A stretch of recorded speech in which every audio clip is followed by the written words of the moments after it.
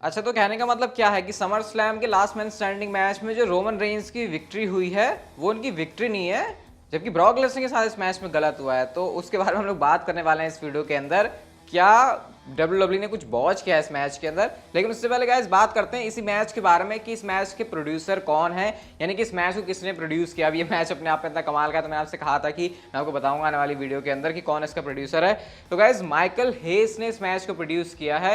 अब मैं इस मैच के को मतलब जब भी कोई मैच होता है अच्छा, जिसकी बुकिंग अच्छी होती है, मेरा इंटरेस्ट ये हमेशा रहता है जानने का। शायद मैं अपने चैनल के ऊपर ना बताता हूँ कि इसका प्रोड्यूसर कौन था, क्योंकि शायद बहुत सारे लोगों से फर्क नहीं पड़ता, लेकिन ये फर्क पड़ना चाहिए कि जो उस मैच का प्रोड्यूसर होता है, यानी कि उसने उस मैच को बनाया कि उस मैच के अंदर क्या क्या चीज़ होंगी, क्या सीक्वेंसेस होंगे। और इस मैच के अंदर क्योंकि हम लोगों ने वो सीन देखा था कि ब्रॉक लेसनर ने लिफ्ट उठा ली थी, तो पॉसिबल है कि ये जो आइडिया है ये माइकल हेस का होगा। अब जरूरी नहीं है कि जो मैच का प्रोड्यूसर होता है वो किसी और से इनपुट नहीं लेता। इनकी जो पूरी टीम होती है प्रोड्यूसर्स की, जैसे कि टीजे विल्सन भी प्रोड्यूसर है, ऐसे इनकी जो है 3-4 बंदे मैं देखता हूँ मोस्टली जो मैच को प्रोड्यूस करते हैं, इनके भी इनपुट से जो हो सकता है, या हो सकता है किसी कोई सुपरस्टार अपना आइडिया पिच कर दे। लेकिन ओवरऑल जो पूरे मैच का स्ट्रक्चर होता है वो एक प्रोड्यूसर के द्वारा होता है, और इस मैच के जो प्रोड्यूसर है वो माइकल हेस है। तो इनको भी काफ़ी जो है मानना पड़ेगा, जो इन्होंने कमाल की चीज़ करी है। एंड मोस्ट प्रोबेबली जो इस मैच में ये वाला स्पॉट था शायद वो माइकल हेस की तरफ से आया होगा। बहुत क्रिएटिव दिमाग लगाया वैसे, अगर ये माइकल हेस का ही आइडिया है तो, क्योंकि ऐसी यूनिक चीज़ें सोचना, इतने सालों से WWE चल रही है, हमेशा कुछ नया सोचना वो काफ़ी ज़्यादा मुश्किल हो जाता है। आज WWE के शो के ऊपर एक ऐसी चीज़ WWE ने करी जो कि आपको शॉक एंड सरप्राइज कर सकती है थोड़ा सा। मैंने आपको ये तो बताया था कि बैक स्टेज से जो विंस मैकमैन का नाम है, जैसे कि विंसेस ऑफिस को अब CEO का ऑफिस बुला रहे हैं, उनके जो मिस्टर मैकमैन के नेम के बोर्ड होते थे वो भी अब नहीं है। लेकिन WWE ने आज अवॉइड भी किया कि विंस मैकमैन को वो ना दिखाएं अपनी प्रोग्रामिंग के ऊपर। वो कैसे? तो पैट मैकफी का जब WWE एक वीडियो पैकेज दिखा रहे थे, जब वो स्टोन कोल्ड वाला पूरा सीन था, तो वहां पर WWE ने कोशिश करी कि वो कैसे भी करके विंस मैकमैन को फीचर ना करे, और उन्होंने विंस मैकमैन को फीचर नहीं किया। और WWE की अब ये कोशिश है कि उनको जो है मेंशन ना ही किया जाए WWE प्रोग्रामिंग के ऊपर। इसका ऑब्वियस सा रीजन है इसके पीछे की, क्योंकि आपको पता है उनके नाम के पीछे काफी दाग वगैरह लगे हुए एलिगेशन की वजह से। तो WWE इस चीज को पूरी तरीके से अवॉइड कर रही है। और अगर मेरे से कोई ये बंदा बात 2 महीने पहले कहता है कि विंस मैकमैन को अवॉइड किया जा रहा है, मैं कहता भाई कौन है वो बंदा, मेरे सामने तो लेके आओ उसे, किस जिसमें इतनी हिम्मत है। लेकिन 2 महीने में चीज़ें कैसे चेंज हो जाती हैं हमको यहाँ पे पता लग रहा है। एंड अब आने वाले टाइम में भी जब तक एलिगेशन वगैरह जो सीन है पूरा विंस मैकमैन का वो क्लियर नहीं हो जाता, आपको शायद ही विंस मैकमैन का WWE की प्रोग्रामिंग के ऊपर मेंशन देखने को मिले। रोंडा राउजी एंड लिव मॉर्गन का जो हमको मैच देखने को मिला था वो काफ़ी ज़्यादा शॉर्ट था, आपने नोटिस किया होगा। मतलब देख के लग रहा था कि मैच शुरू भी नहीं हुआ। हमने वैसे अपने एपिसोड में डिस्कस किया उसके पॉडकास्ट के, जहाँ पर मैं समर स्लैम को रेट किया है। नहीं देखा वो एपिसोड जाके तो अभी भी जाकर डिस्क्रिप्शन देख लो, सारे मैच को हमने रेट किया। तो ये मैच को शॉर्ट करने का रीजन ये था कि WWE ने जो अपना अंदाजा लगाया था उस हिसाब से मिज एंड लोगन पॉल का जो मैच है उसने ज्यादा टाइम ले लिया, तो WWE ने जो है यहाँ पर टाइम बचा लिया। बट ब्रायन अल्वारेज ने यहाँ पर ये भी कहा कि अगर ऐसा था तो ये जो इतने लंबे चौड़े तुम वीडियो पैकेजेस दिखाते हो उसको तुम क्यों नहीं शॉर्ट कर देते, उसको क्यों नहीं हटाए थे। लेकिन क्या है, WWE की वो जो स्ट्रक्चर है उसमें वो वैसे ही रहता है कि वीडियो पैकेजेस तो दिखाने बनती हैं कि अगर किसी ने स्टोरी लाइन नहीं भी फॉलो करी तो वो देखेंगे। हालांकि कभी कभी वीडियो पैकेजेस बहुत ज़्यादा लंबे भी हो जाते हैं जिसको देखने का कोई सेंस नहीं होता। तो ये रीज़न था कि जो लिव मॉर्गन और रोंडा राउजी का मैच है शॉर्ट है, वरना लंबा जाता मैच और उसके बाद जाके वो फिनिश होता जो हमने आज समर स्लैम के अंदर देखा था। वैसे लिव मॉर्गन ने इसके ऊपर रिएक्ट भी किया और उन्होंने एक तरह से मॉक या फिर ट्रोल किया। रोंडा राउजी का ट्वीट आप लोग देख सकते हो और वो कहते हैं कि वो स्टिल स्मैकडाउन वुमेन्स चैंपियन है but new baddest women on the planet, जो कि आपको पता है रोंडा राउजी अपने आप को क्लेम करती हैं, ये उनकी लाइन है। तो मजे ले रही हैं वैसे यहाँ पर लिव मॉर्गन। लेकिन अब रोंडा राउजी अगर उनके सामने है उनके चक्कर में, तो फिर तुम्हारी ये जो टाइटल रेन है वो डेफिनेटली बहुत बड़े खतरे में है। बेकी लिंच की बात करते हैं तो आज शो के ऊपर कमाल का मैच उन्होंने ओपनर के अंदर दिया था, फिर बियांका ब्लेयर को उनकी साइड भी उन्होंने ली जब बेली एंड उनकी स्टेबल जो है आ जाती है। तो एक पिक्चर आ रही है बेकी लिंच की जो कि आप लोग देख सकते हो उसमें आपकी स्क्रीन के ऊपर। पॉसिबली कुछ प्रॉब्लम है अपने राइट शोल्डर में बेकी लिंच को, एंड हो सकता है शायद ये उनकी एक इंजरी भी हो, और अगर ऐसा है तो फिर शायद थोड़े टाइम से टेलीविजन से ऑफ ले सकते हैं। हालांकि अभी कंफर्म नहीं है कि क्या है सच में उनको कोई ऐसा इंजरी वाला सीन है, लेकिन अगर ऐसा है तो शायद कुछ टाइम के लिए टेलीविजन से वो गायब हो सकते हैं। वैसे हम होप करते हैं कि ऐसा कोई सीन उनके साथ ना हो। बेली ने रिएक्ट भी किया है अपने आज रिटर्न के बाद WWE में, जब उनसे बैक स्टेज क्वेश्चन पूछा जाता है कि क्यों आज ही, क्यों ये क्या तुमने डिसीजन लिया, तो इस पर सीधा बेली का रिप्लाई होता है कि हमने भी वेट किया था, अब तुम्हें वेट करना पड़ेगा हमारी तरह। यानी अभी कोई भी आंसर्स नहीं देना चाहती बेली अपने बारे में, अपने स्टेबल के बारे में।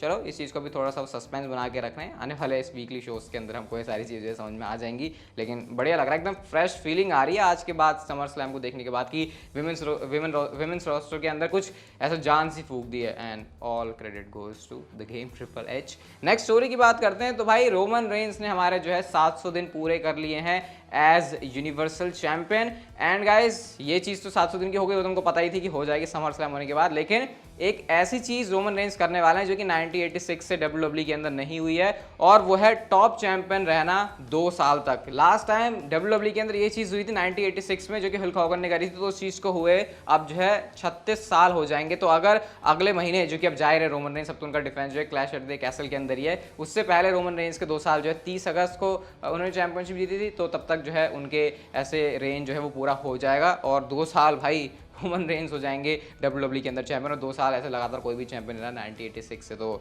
इसी से आप लोग सोच लो अभी कितना बड़ा और तगड़ा रिकॉर्ड रोमन रेंस अपने नाम करने जा रहे हैं। बस की नहीं होती वैसे आज के टाइम में हर किसी की, बट रोमन रेंस कर रहे हैं, और शायद इसीलिए WWE ने अभी उनसे चैंपियनशिप ली भी नहीं, क्योंकि अभी उनकी गाड़ी को और लंबी खींचना चाहते हैं। खैर गाइस, हम लोग बात करते हैं आज के नेक्स्ट एंड फाइनल स्टोरी के बारे में। और मैंने वीडियो के स्टार्ट में ऐसा क्यों कहा कि रोमन रेंस मैच के विनर नहीं है, बल्कि ब्रॉक लेसनर के साथ जाती हुई है, एंड शायद ब्रॉक लेसनर इस मैच के विनर आपको बनते हुए दिखाई देते, क्योंकि ऑब्वियसली जिस तरीके से आज परफॉर्मेंस डिलीवर कर रहे थे ब्रॉक लेसनर, वो किसी भी मूड में नहीं थे मैच को हारने के। अब आपको पता है मैच की जो स्टिपुलेशन है वो है लास्ट मैन स्टैंडिंग मैच। वो स्टिपुलेशन थी जिसके अंदर ये होता है कि भाई अगर कोई भी बंदा 10 सेकंड तक नहीं खड़ा हो अपने पैर के ऊपर अपने ओपोनेंट से स्ट्राइक खाने के बाद, तो उस मैच को हार जाएगा। लेकिन वहां पे एक रूल ये होता है कि तुम कंटिन्यूसली अपने ओपोनेंट को मार नहीं सकते। ऐसा नहीं होगा कि भाई तुम उसे लात लात मारे जा रहा है, वो उठ नहीं रहा और रेफरी तब भी काउंट कर रहा है। जैसे तुम्हारा कांटेक्ट होता है अटैक करने के लिए अपने ओपोनेंट के ऊपर, तो उसी टाइम पर रेफरी वो जो पुरानी काउंटिंग है उसको रोक देता है, और अटैक करने के बाद से वो दोबारा से नई काउंटिंग स्टार्ट करता है। आपको पता है ये लास्ट मैन स्टैंडिंग मैच का रूल है। लेकिन लास्ट मैन स्टैंडिंग मैच के रूल के साथ घपले WWE की करना थोड़ी सी ऐसा लग रहा है आदत हो गई, क्योंकि आज भी हमने देखा जब ब्रॉक लेसनर के ऊपर उन बेल्ट से स्ट्राइक करे और उसके बाद वो लगातार कोई ना कोई चीजें ब्रॉक लेसनर के ऊपर फेंक रहे थे, जो कि अगर हम देखें तो एक वेपन से अटैक करने के बराबर है अपने ओपोनेंट के ऊपर। और अगर ये भी चीज कम है तो रोमन रेंस ने उससे बड़ी चीज करी, और वो क्या थी, वो सीधा ब्रॉक लेसनर के ऊपर ही जाकर खड़े हो जाते हैं कि भाई ले अब तू कैसे खड़े होगा।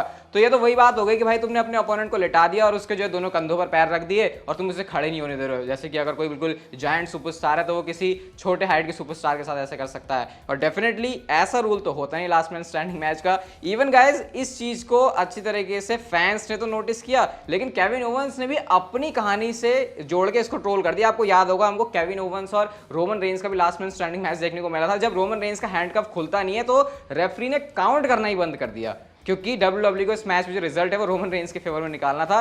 तो सिमिलर चीज हम लोग कह सकते हैं यहाँ भी हुई है। हाँ, इस बार रेफरी ने काउंट करना ऑब्वियसली कंटिन्यू रखा, क्योंकि यहाँ पे कंटिन्यू करना था। तो जो WWE को रिजल्ट लेके आना था उस रिजल्ट तक पहुंचने के लिए WWE ने एक ऐसा तरीका ढूंढा जो कि अगर हम रूल्स के हिसाब से देखें तो उतना प्रॉपर नहीं बैठता। ट्रोल करते हुए केविन ओवंस ने क्या ट्वीट किया, उन्होंने लिखा अरे रेफरी ने जो है काउंटिंग स्टॉप नहीं की फॉर नो रीजन, क्योंकि उनके उसमें तो रेफरी ने काउंटिंग रोक दी थी। इवन फैंस ने भी इस चीज को जो है मैं देख रहा था ट्विटर के ऊपर वो मेंशन कर रहे थे कि ये कैसा मैच हो भाई, लगातार तो रोमन रेंस के ऊपर वो चीजें फेंके जा रहे हैं। फैंस भी इसके बारे में बात कर रहे हैं कि ये कैसी मैच की एंडिंग हुई भाई, लगातार रोमन रेंस तो ब्रॉक लेसनर के ऊपर चीजें फेंके जा रहे हैं, जो कि एक तरीके का कॉन्टैक्ट करना है वेपन के साथ, और एंड में खुद ही उनके ऊपर खड़े हो गए और रेफरी ने जो है इस मैच का रिजल्ट निकाल दिया। तो इस रिजल्ट के बाद काफी सारे फैंस ये मान रहे हैं कि नहीं, ये तो रोमन रेंस की कोई विक्ट्री नहीं है, और अगर रोमन रेंस इस तरीके से विक्ट्री ना लेते तो फिर उनके पास और कोई तरीका ही नहीं था मैच को जीतने का, और ब्रॉक लेसनर बनते इस मैच के विनर, और आज वो जो है अनडिस्प्यूटेड चैंपियनशिप लेकर समर स्लैम से बाहर जाते। अब आपके इसके ऊपर क्या थॉट है, मुझे आप लोग कमेंट करके बताना कि क्या एक्चुअल में ये कोई वैलिड पॉइंट है। वैसे देखा जाए तो जो कांटेक्ट नहीं होता है उस हिसाब से देखा जाए तो ये बिल्कुल वैलिड पॉइंट है, तुम उसके ऊपर जाके खड़े हो रहे हो,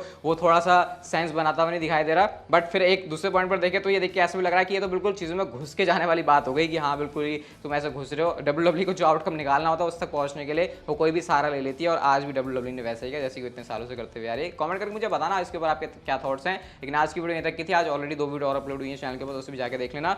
चैनल को सब्सक्राइब, नोटिफिकेशन बेल को ऑन कर दो ऐसी इंटरेस्टिंग वीडियोस के लिए, and see you guys in my next video.